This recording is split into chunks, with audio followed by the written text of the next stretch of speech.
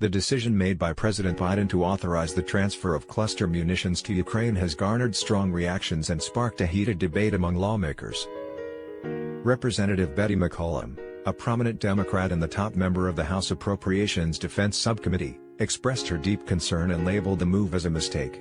In a statement, she stated, "The decision by the Biden administration to transfer cluster munitions to Ukraine is unnecessary and a terrible mistake." McCollum further emphasized the devastating consequences of cluster bombs, highlighting their legacy of misery, death, and the expensive cleanup efforts that persist for generations after their use. She pointed out that the United States already spends tens of millions of dollars each year on removing cluster munitions in Laos from the Vietnam era, as these remnants of war continue to pose a threat to civilians by killing and maiming them. The announcement by the Biden administration regarding the inclusion of cluster munitions in the latest aid package for Ukraine raised eyebrows globally.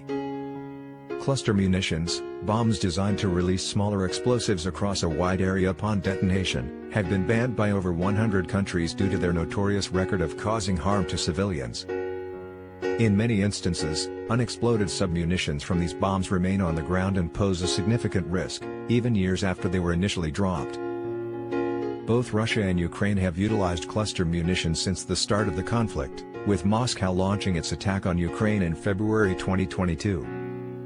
While White House National Security Advisor Jake Sullivan acknowledged the risks cluster munitions pose to civilians, he argued that the danger to their lives would be even greater if Ukraine did not possess sufficient weapons to defend against Russian troops.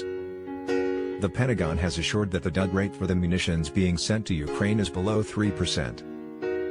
Nevertheless, McCollum firmly called for the United States to have no involvement with such controversial weapons. She declared, "As a strong supporter of the Biden administration's policy in Ukraine, I must state in the strongest possible terms my absolute opposition to the U.S. transferring cluster munitions. These weapons should be eliminated from our stockpiles, not dumped in Ukraine." However, the decision did receive rare praise from Senator Tom Cotton, a Republican from Arkansas, who stated that Ukraine needs access to weapons comparable to those used by Russia in order to defend against the invasion. On the other hand, Representative Barbara Lee, a Democrat from California and also a member of the House Appropriations Committee, expressed her alarm and voiced her opposition to the idea of sending cluster bombs to Ukraine. Taking to Twitter, she stated, "Cluster bombs work by scattering tiny bomblets over a wide area. Many of these bomblets don't explode but remain a threat to civilians for decades." Lee emphasized that the Ukrainian people are engaged in a just struggle for their rights, freedom, and humanity, and that the United States and Ukraine should not stoop to Putin's level.